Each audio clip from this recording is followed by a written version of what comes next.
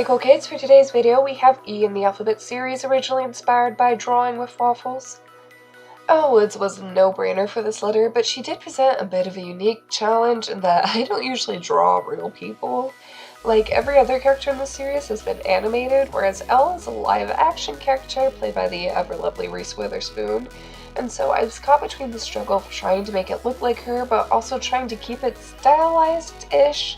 I originally considered giving this piece a more toony style, which you can sort of see in the initial sketch and definitely see in the dog, but I ended up redoing her face so many times that I just sort of fell back to my usual style. And her face was the biggest struggle of this piece. Like, even after several reconstructions, which you can sort of see in the video, it still doesn't look like her, but I just learned to accept it eventually.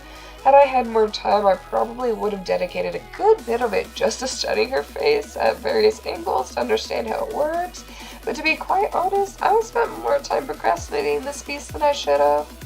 I have this problem where I'll work myself up over a piece too much, and if I don't think I can make it absolutely perfect, I can't get motivated to work on it, and that's sort of what happened here.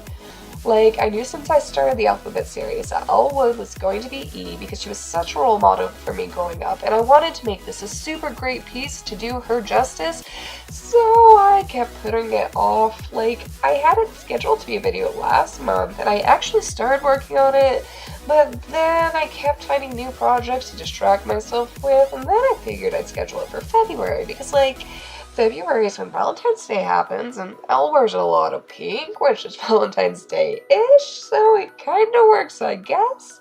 But then I was sick for all this week, and I thought maybe I should just push the video back again and do something less involved, because, like, I can't even talk to do a voiceover. How can I draw an entire picture? I should just be resting. But then I was like, no, that's dumb. I can't just keep putting off pictures or projects because I'm scared that they won't turn out perfect. Like I said in my December Doodles video last month, I've got to remember that it's better to make something and have it not turn out as great as I'd hoped than to never make it at all. So I told myself to suck it up, and I finished this piece, and is it perfect? No.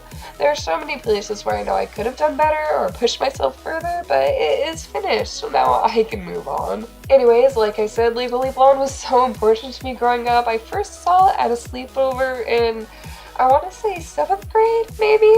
And at that time, I was very much going through one of my "I'm not like other girls" phases where I refused to wear the color pink or do anything girly like wear skirts or listen to pop music or have fun. This phase wasn't really brought about by a hatred for girls, because, like, I loved girls, like most of my friends were girls, but I myself was scared of being pegged as a girly girl. See, growing up, I believed that being a girly girl would limit my choices in life. Like, I remember one time in elementary school, a kid telling me that I had to choose between Teen Titans or Powerpuff Girls, because I couldn't like both, because one was girly and one was boy-y. And I was just so distraught over the idea that I had to pick a show just based on my gender. That conversation didn't change my love for either of them, but it did sort of stick with me growing up, and like the entire idea that, you know, there were girl things and there were boy things and you had to pick one. And on top of that, I'm also naturally blonde, and I got teased about it a lot.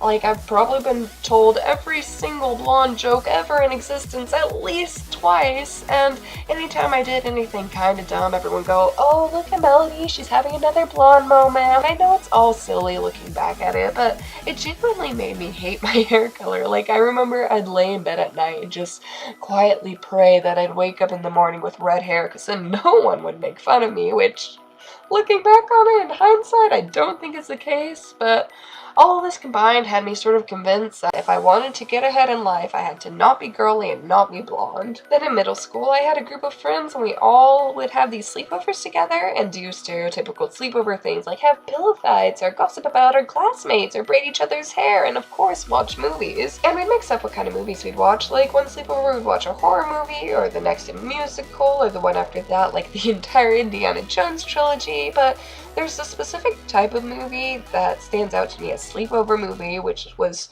generally about one girl, and maybe she'd team up with a group of other girls, and they take down something like an evil organization, or a cheating ex, or the patriarchy, and Legally Blonde was definitely my favorite from that genre. I remember when my friends first proposed we watched it, I was apprehensive because I figured it was just going to be a blown series of blonde jokes, which, as we've established, I was sick of. But I was pleasantly surprised. Like, yes, Elle Woods is this total girly girl who just comes off as like a lovesick airhead for the first part of the movie, but she could totally hold her own. Her femininity isn't really played as something she has to abandon to reach her goals to prove herself, and if anything, it's actually a strength. Like, she's basically the stereotypical Hollywood girly girl, but she still works hard and kicks butt, and I'm not trying to say that Legally Blonde is perfect or that Elle Woods single-handedly destroyed sexism or anything dumb like that, but it did mean a lot to me growing up and helped me become more confident in myself. I actually liked it enough to watch the musical, and I'm pretty sure I've never seen the second movie, but I think that's where this outfit comes from. Like, it's just the outfit that comes to mind when I think of Elle Woods, but I don't think it's ever in the first movie. I'm not entirely sure, because I haven't seen it in a long time. I think the last time I watched it was with my little sister when she was having a sleepover because none of her friends had seen it. And like, I'm not sure if this is just my sister's clique or what, but apparently sleepover movies aren't a thing anymore. Like, none of them had heard of Miss Congeniality or Pretty in Pink or Clueless, and only a few of them even knew what Mean Girl was. Like, dang, what do kids even watch these days? Like superhero movies? Michael Moore? Sports anime? Like, I love Free, don't get me wrong, but it's not going to teach anyone about girl power, but anyway, whatever. Back to the piece, I'm not sure how I feel about the pose. I wanted her to look like she had just raised a killer objection and was waiting for the court to react, but her stance isn't as strong as I'd like it to be.